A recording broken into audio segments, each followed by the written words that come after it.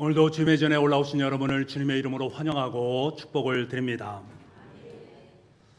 베드로와 요한이 아름다운 성전 미문에 날 때부터 걷지 못한 사람을 바라보게 됩니다. 성전에 드나드는 사람은 늘 있었습니다만 그에게 주목하는 사람은 그렇게 많지 않았습니다. 그는 하나의 풍경에 지나지 않았습니다. 어찌 보면 사람들에게 이 사람은 존재하지 않는 사람과 같은 것이었습니다. 어느 날 베드로와 요한이 그 사람 앞을 지나가게 됩니다. 그리고 그를 바라보게 됩니다. 처음으로 눈과 눈이 마주치게 되는 순간입니다. 더 이상 그는 풍경으로 존재하는 것이 아니라 마주 서 있는 존재가 된 것이지요. 두 사도는 그에게 우리를 보라라고 말합니다. 내 눈을 똑바로 보라, 눈을 마주치자라는 의미를 품는 말입니다. 그때 걷지 못한 사람은 무엇인가를 갈망하면서 두 사도를 바라보게 됩니다. 그때 베드로가 그에게 이렇게 말하지요.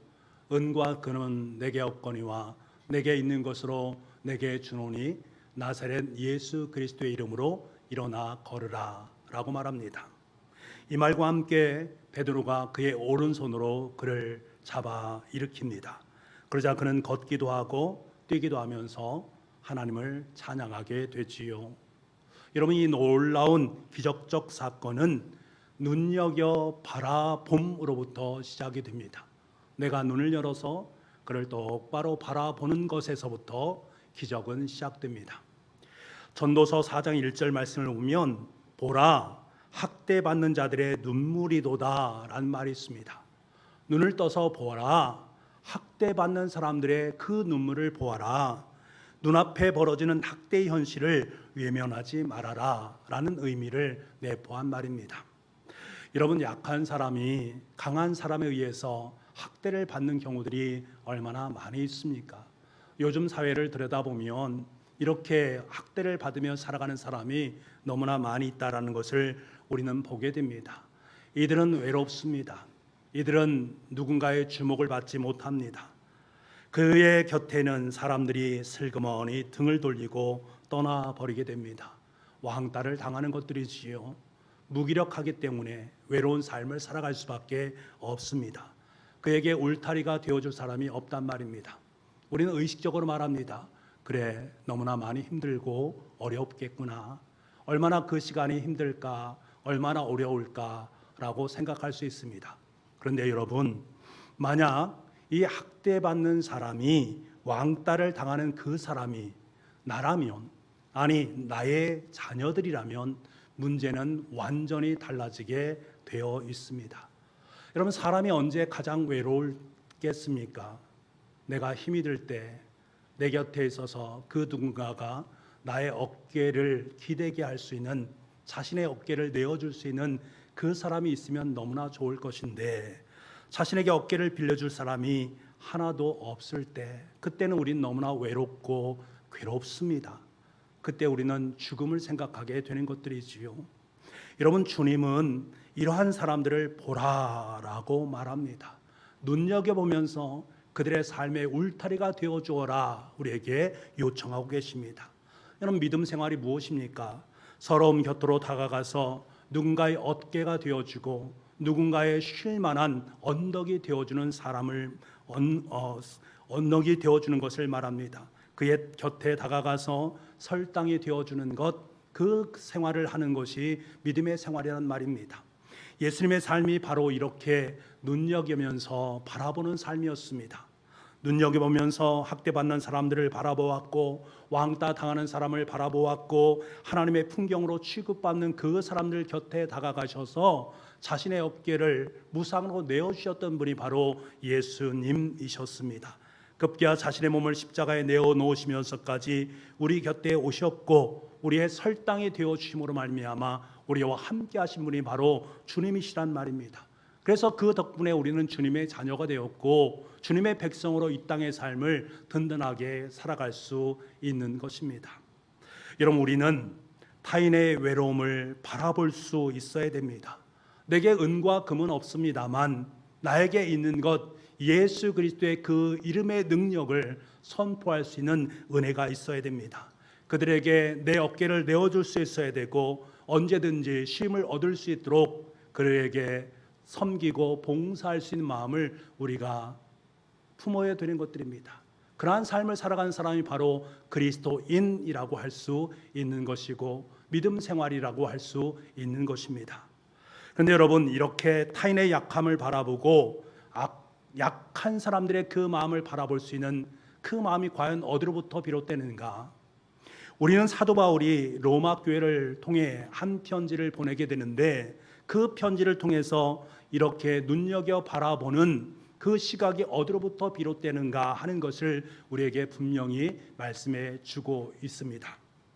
로마서를 당시에 바울은 60대에 가까운 고령의 나이였습니다. 그는 늦깎이에 예수님을 인격적으로 만나게 되지 않습니까? 예수님 만났을 때에 그가 가장 먼저 마음속에 품었던 것은 지금까지 삶에 대한 후회였습니다. 지금까지 나는 많은 시간을 허비하며 살았다라는 아쉬움이었습니다. 그래서 마음속에 작정한 것이 있습니다. 어떻게 하면 내가 하나님 앞에 서는 그날, 하나님 앞에 서서 하나님께 내 인생을 뭐라고 말씀드릴까? 하나님 앞에 정말로 부끄러움없는 삶을 살고 싶다라는 종말론적인 인식을 마음속에 품은 것입니다.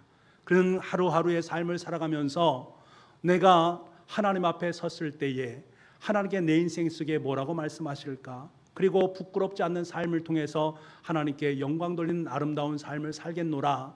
하루하루의 삶을 날마다 아름답게 계수하면서 삶을 살기 시작합니다.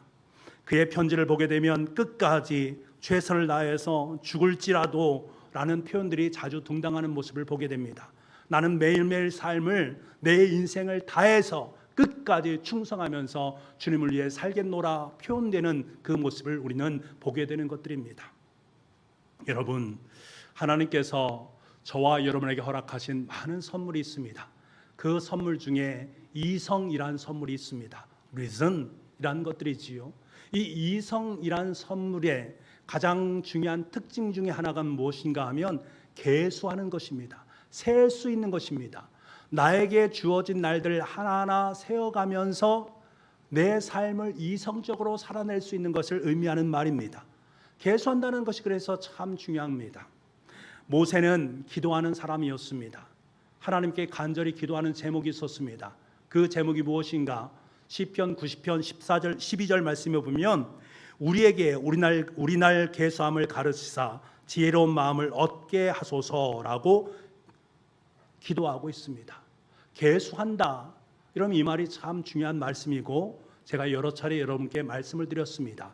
원래 이 의미는 할당한다, 배당한다라는 의미를 갖는다라고 말씀을 드렸습니다. 다시 말하면 우리의 날, 다시 말하면 나에게 주어진 시간을 내가 어떻게 배정할 것인지를 늘 마음속에 품고 이성적으로 생각했다라는 것입니다. 자신의 남은 인생 동안 자신의 시간을 잘 할당함으로 말미암아 내가 어떻게 하면 하나님께 영광 돌리는 삶을 살 것인가 세보았다라는 것들입니다. 여러분, 사도 바울도 마찬가지였습니다. 하나님께서 자신에게 주어진 시간과 환경을 어떻게 하면 하나님을 위해서 배당할 것인가, 하루하루 종말론적 시간을 살아가고 있다고 얘기하면서 하나님의 영광을 위해서 자신의 시간을 어떻게 하면 더 쪼개서 하나님께 올려드릴 것인가 하는 것을 고민하면서 기도하면서 살았던 인물이 바로 사도 바울입니다. 여러분은 어떻게 삶을 살고 있습니까? 지난 2025년 벌써 10월 달 거의 마지막 무렵에 해당되고 있는 시간을 우리는 지나고 있습니다. 2025년도 11월, 12월 2달 정도밖에 남지 않았습니다. 이 날들을 살아내면서 여러분 과연 여러분의 시간을 하나님을 위해서 얼만큼 배정하고 할애하면서 삶을 살았는가? 다시 한번 이 시간에 제 자신에게 질문을 해야 됩니다.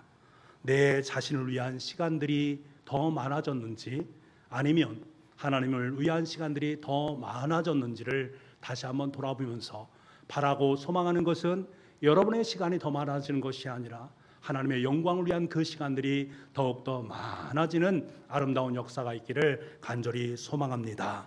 그것이 바로 시간을 바르게 계수하는 삶, 그리스도인의 삶, 마지막 종말론적인 삶을 살아가는 인생임을 깨닫기를 원합니다. 지나간 2025년을 돌아보면 내 자신의 만족과 유익을 위해서 수고하고 애쓴 시간이 많아야 될 텐데 그 시간들이 많이 보이지 않는다면 우리는 시간을 잘못 할애한 것입니다.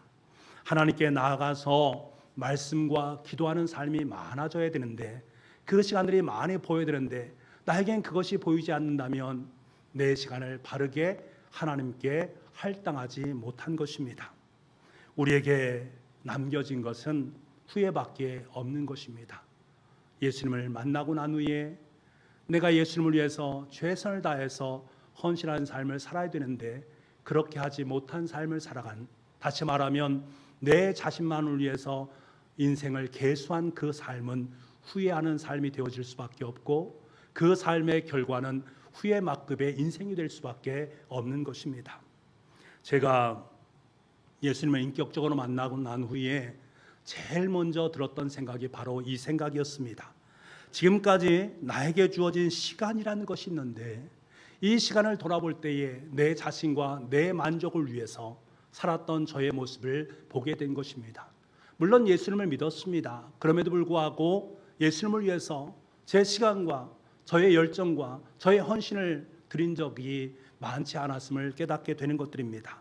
이 시간을 허송세월하면서 지냈다라는 생각이 들자 하나님 앞에 너무나 죄송스러웠습니다. 그래서 나름대로 생각한 거지요. 그래, 남겨진 내 인생 최선을 다해서 하나님을 섬기면서 삶을 살겠노라 라고 선언하고 다짐하고 결단을 했단 말입니다. 하지만 되돌아보면 여전히 내 자신을 위해서 허송세월했던 시간들이 더 많았음을 고백하지 않을 수 없습니다. 하나님을 위해서라기보다는 나를 위해서 허비되어진 시간들이 참 많았음에 너무나 죄송스럽고 또 죄송스러운 마음이 들었습니다. 그래서 다시 한번 다짐을 합니다.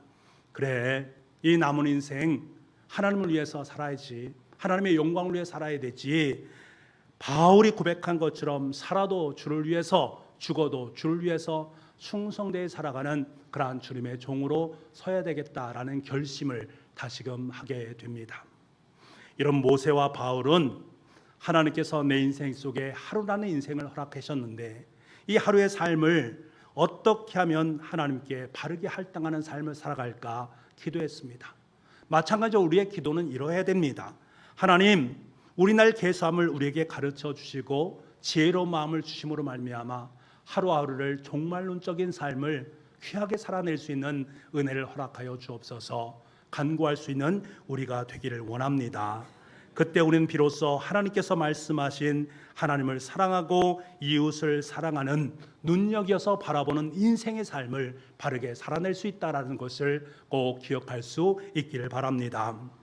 사도 바울은 주님과 인격적인 만남을 통해서 그의 바라봄 자체가 달라지는 것을 보게 됩니다. 이방인들, 그 누구도 관심을 갖지 않는 이방인들을 바라보는 눈을 하나님께서 그에게 허락해 주셨습니다. 그때부터 그는 자신의 생명을 내어놓으면서 신명나게 이방인들에게 하나님의 복된 복음의 소식을 전하기 위해서 애쓰고 수고하는 삶을 살게 됩니다.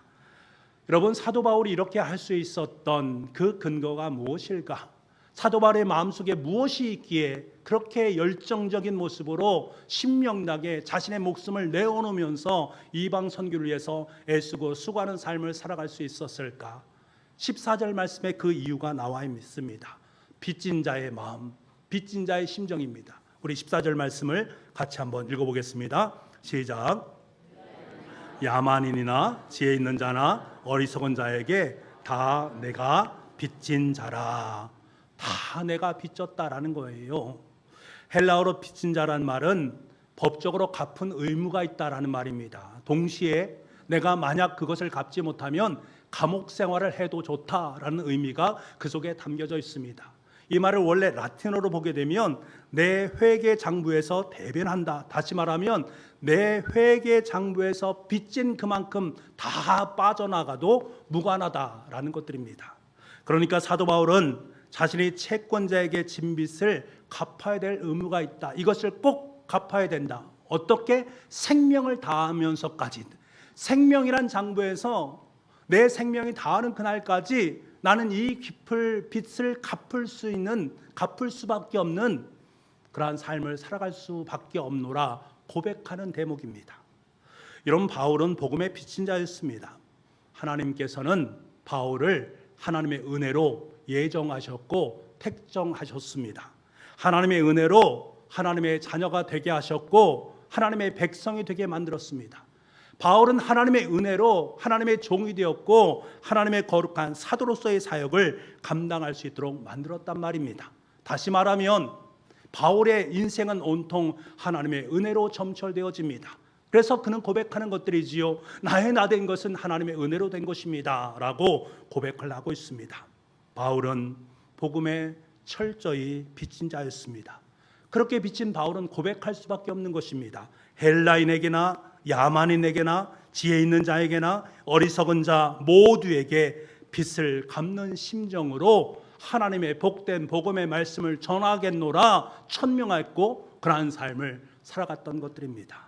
그러니 그는 그들을 눈여겨 바라보게 되었고 그들에게 복음의 빚을 갚는 심정으로 애타게 복음을 나누고 복음을 전하는 사도로서의 삶을 살게 된 것입니다. 여러분, 바울은 빚진 자의 심정으로 그들을 바라보면서 그들에게 내가 어떻게 하면 그 빚을 다 갚을 수 있을까? 오늘 본문에는 두 가지 방법에 대한 부분을 말을 하고 있습니다. 여러분에게 빚진 삶의 모습이 있다면 이 두 가지 방법을 꼭 기억할 수 있어야 됩니다. 첫 번째 방법은 쉬지 않고 기도하는 것입니다. 쉬지 않고 중보기도하는 것. 여러분 9절 말씀을 보겠습니다. 같이 읽겠습니다. 시작. 내가 그의 아들의 복음 안에서 내 심령으로 섬기는 하나님이 나의 증인이 되시거니와 항상 너희를 말하며 항상 내 기도에 쉬지 않고 너희를 말하겠노라 라고 말합니다. 바울은 항상 쉬지 않고 로마 교우들을 위해서 기도하는 삶을 살겠노라 라고 말합니다. 왜? 이것이 하나님께로부터 받은 은혜의 빚을 받는 방법이라고 여겼기 때문에 그렇습니다. 밤낮으로 시간이 날 때마다 로마에 있는 그리스도인들을 위해서 기도했다라는 거예요. 어떻게? 내 기도에 쉬지 않고 너희를 말하는 방법으로. 기도에 너희를 말한다라고 말을 하고 있습니다. 여러분, 기도라는 것은 다른 것이 아닙니다. 누군가를 말하는 것입니다. 기도에 자신만을 말하는 것이 아니라 우리의 기도에 누군가를 담는 것을 의미합니다. 우리의 기도가 필요한 그 누군가를 하나님께 말하고 그 누군가를 하나님께 올려드리는 것을 의미하는 말입니다. 하나님 앞에서 온 마음과 정성을 다해서 그분을 올려드리면서 기도하는 것들입니다. 이것이 빚진 자의 마음인 거예요. 여러분, 우리 그리스도인에게 가장 강력한 능력이 무엇인지 아십니까? 그 사람을 하나님께 말하는 것입니다. 그 상황을, 그 여건을, 그 사회를 하나님께 올려드리는 것을 말합니다. 이것이 중보하는 것들, 타인을 위해 기도하는 것들, 쉬지 않고 중보하는 것들, 이것이 가장 강력한 그리스도인의 힘과 능력이다라는 사실입니다. 여러분, 누군가로부터 빚을 지었습니까? 누군가로 말미암아 예수님을 믿게 되었습니까? 여러분 반드시 기억하시기 바랍니다. 그 누군가가 쉬지 않고 여러분을 위해서 눈물로 기도한 결과 저와 여러분은 이 자리에 앉아 있다라는 사실을 기억할 수 있어야 됩니다. 내가 이 자리에 와서 예수 믿었어. 내가 이런 귀한 예배를 드리고 있어. 이게 아닙니다. 그 누군가가 여러분을 날마다 눈물로 중보했던 그 결과로 지금 저와 여러분이 이 자리에 앉아 있는 것입니다. 누군가가 자신이 진 빚을 갚기 위해서 여러분을 위해서 눈물의 중보 기도의 결과 예수님을 믿게 되었고 지금 이 자리에서 주님을 찬양하고 있는 것입니다. 그때 우리는 그래, 내가 빚진 자였구나, 누군가의 빚을 졌구나, 이 마음이 내 삶 속에 들어오기 시작하면 그때부터 믿지 않는 그 누군가를 위해서 충고하는 삶을 살게 되어 있습니다. 그것이 빚진 자의 심정이다라는 사실을 구구절절히 깨닫기 때문에 그렇습니다. 진 빚이 있습니까? 중보하십시오. 진빚이 있습니까? 중보기도를 통해서 그 빚을 갚아낼 수 있기를 원합니다. 그 중보기도를 통해서 그 누군가를 또다시 살리고 그 누군가를 주님의 편으로 구원의 놀라운 역사에 함께 동참시키는 역사가 있음을 꼭 기억할 수 있는 저와 여러분 될 수 있기를 간절히 소망합니다. 사도 바울은 두 번째로 신령한 은사를 나누어 줌으로 빚을 갚는다라고 고백하고 있습니다. 11절 말씀인데요. 우리 같이 한번 읽어보겠습니다. 시작. 어떤 신령한 은사를 너희에게 나누어 주어 너희를 견고하게 하려 함이니. 아멘. 당시의 로마 사람들에게 가장 중요한 것은 물질적인 축복을 바라보는 것들입니다. 그래서 각종 점설술이나 주술 같은 것에 젖어들어서 그들에게 비는 것들이지요. 우리는 그것을 기복 종교라는 말을 사용합니다. 기복적인 부분이 있다라는 거예요. 빌어서 받는 것입니다. 뿐만 아니라 스토아 철학이나 에피쿠로스 철학 등을 통해서 그들은 내세 구원이 있다라는 것을 말하면서 그 내세에 있는 구원을 얻기 위해서 부단히도 애쓰고 노력하고 수고했단 말입니다. 그런데 사도 바울이 그것을 바라보면서 아니야, 그것이 아니야. 우리의 구원은 내세에 있는 것이 아니라 외부로부터 우리의 삶 속에 들어오는 것이다 라는 것을 분명히 말합니다. 그 외부로부터 들어오는 그것이 무엇인가? 신령한 은사라는 말을 사용을 하고 있습니다. 다시 말하면 하나님으로부터 오는 신령한 은사를 덧입음으로 말미암아 구원의 놀라운 은총을 누리게 되어진다라는 것을 강력하게 주장을 합니다.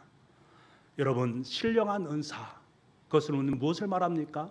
주님의 십자가의 사랑과 복음을 의미하는 말입니다.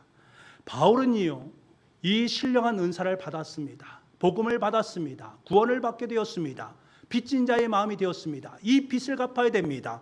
무엇을 위해서? 로마 교회에 가서 하나님의 은혜인 복음을 나누는 것을 통해서 로마에 있는 성도들의 믿음을 더욱더 견고하게 세워가기 위해서 그는 빚진 자의 심정으로 로마에 가기를 소망하고 있는 것입니다.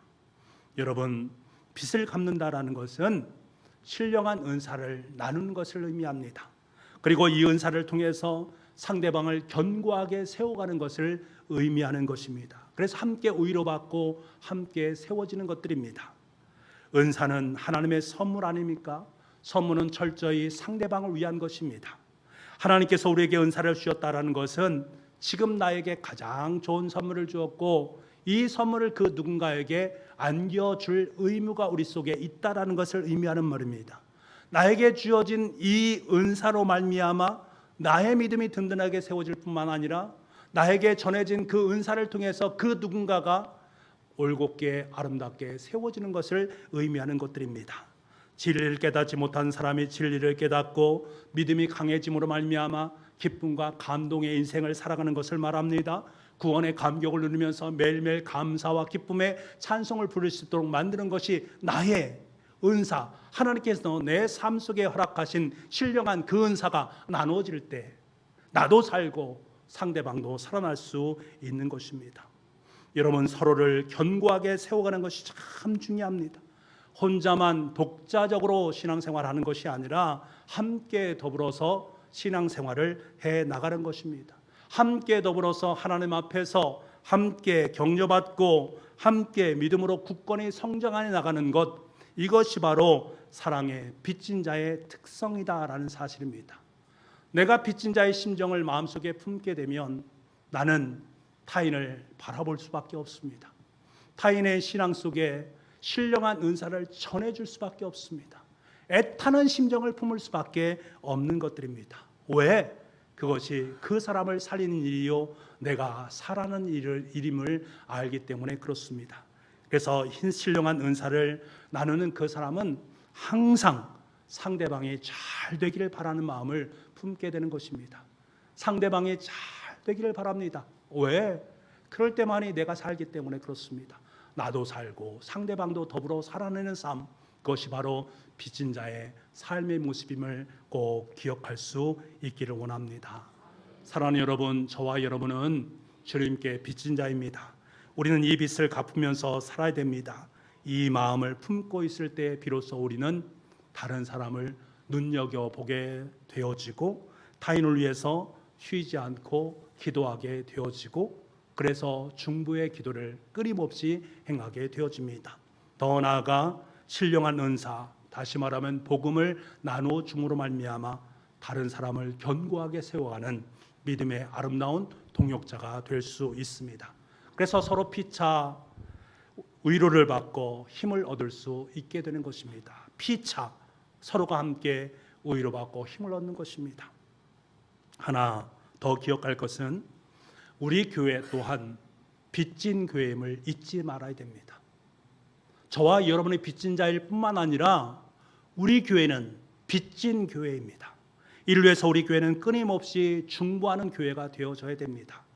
이 나라의 민족을 위해서, 이 사회를 위해서, 위정자들을 위해서 끊임없이 중보하는 아름다운 중보의 처소가 바로 하나님의 교회인 우리 교회가 되어져야 됩니다.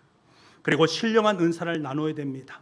우리를 눈뜨게 한 복음, 우리 교회를 있게 한 이 놀라운 복음 앞에 우리가 빚진 심정으로 우리 또한 이 복음을 들고 세상에 복음에 눈을 뜰 수 있도록 만들어야 됩니다. 이를 위해서 우리 교회는 10월 18일부터 아버지 학교를 개설해서 진행을 하게 됩니다. 우리는 하나님 아버지의 놀라운 은혜를 받고 살아간 사람들입니다. 내가 아버지로 설 수 있는 것은 하나님의 은혜의 덕분입니다. 이 사실을 우리는 잘 알기에 이 땅에 죽어가는 세상 속에서 참된 아버지의 길을 걷지 못하는 그 사람들에게 눈을 돌릴 수밖에 없습니다. 내가 아버지 하나님의 은혜를 받았음에 그 사람들에게도 하나님의 복음이 너무나 필요하다라는 사실을 알기 때문에 우리는 그들을 하나님의 교회에 초청해서 함께 아버지 학교를 개설하게 되는 것들입니다. 그리고 나도 아버지로 바로 세워지게 될 뿐만 아니라 그들 또한 하나님 아버지로, 하나님을 아버지로 모시고 아버지 된 하나님을 따라서 주님의 길을 걸을 수 있도록 우리가 함께하는 귀한 시간, 그것이 바로 아버지 학교라는 것을 꼭 기억하면서 이 귀하고 복된 빚진 자의 사역에 동참할 수 있는 우리가 되어줘야 됩니다. 뿐만 아니라 다음 주 오후 예배 때는 진천에 있는 소도머니 교회에서 소도머니 낙헌제 찬양제에 참여를 하게 됩니다. 우리 교회가 주님의 복된 복음으로 지금까지 하나님의 은혜를 머금고 살아온 교회입니다. 우리는 지역교회를 섬길 수 있는 빚진 자의 모습이 우리 가운데 있음을 깨닫게 됩니다. 농촌 지역인 소도머니 교회에 함께 가서 함께 예배에 참여하고 빚진 심정으로, 그 빚을 갚는 심정으로 그들을 돕고 섬기는 아름다운 시간을 갖게 될 것입니다. 이를 위해 실시하는 귀한 빚진 자의 사역의 기쁨으로 동참할 수 있는 우리가 되기를 원합니다. 더 나아가서 11월에 있을 추수감사 주일에는 우리 교회가 사랑의 연탄 나눔 행사를 하게 됩니다. 이 또한 우리는 빚을 진 것을 알기에 사회로 그 빚을 환원할 수 있는 은혜가 있어야 됩니다. 사랑의 빚을 갚는 심정으로 이 귀한 빚진 자의 사역에 동참할 수 있는 우리가 되기를 원합니다. 사랑하는 북부가족 여러분, 우리는 주님의 사랑과 주님의 복음의 빚진 자입니다. 우리 교회는 주님의 사랑과 주님의 복음의 빚진 교회입니다. 이 사실을 깨닫고 눈을 들어서 주의를 바라보시기 바랍니다. 우리 교회가 빚을 갚아야 될 대상이 눈에 띄기 시작하게 되어지고 이때 썩어지고 죽어지는 미랄이 되어서 그들에게 주님의 사랑과 복음을 전하는 아름다운 사명을 감당하게 될 줄 믿습니다.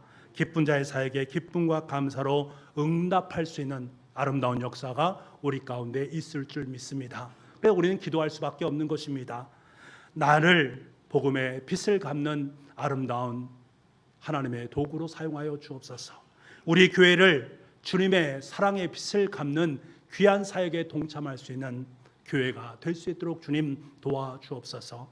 간절한 마음으로 하나님께 기도하며 나아갈 수 있는 저와 우리 교회가 될 수 있기를 간절히 소망합니다.